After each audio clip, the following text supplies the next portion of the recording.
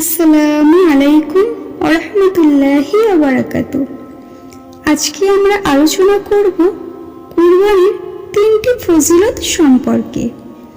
1 নম্বর, কুরবানি দাতা নবী ইব্রাহিম আলাইহিস সালাম ও আমাদের প্রিয় রাসূল মুহাম্মদ সাল্লাল্লাহু আলাইহি ওয়াসাল্লামের আদর্শ বাস্তবায়ন করে থাকেন।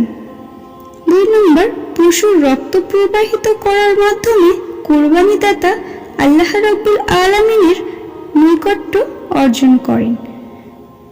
যেমন আল্লাহ তাআলা বলেন, আল্লাহর নিকট পৌঁছায় না তাদের গোশত এবং রক্ত, বরং পৌঁছায় তোমাদের তাকওয়া।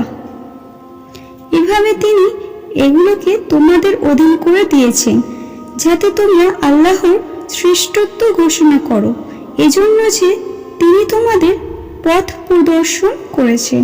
সুতরাং আপনি সুসংবাদ দিন মুহসিনদেরকে। সূরা আল-হাজ আয়াত নম্বর 37।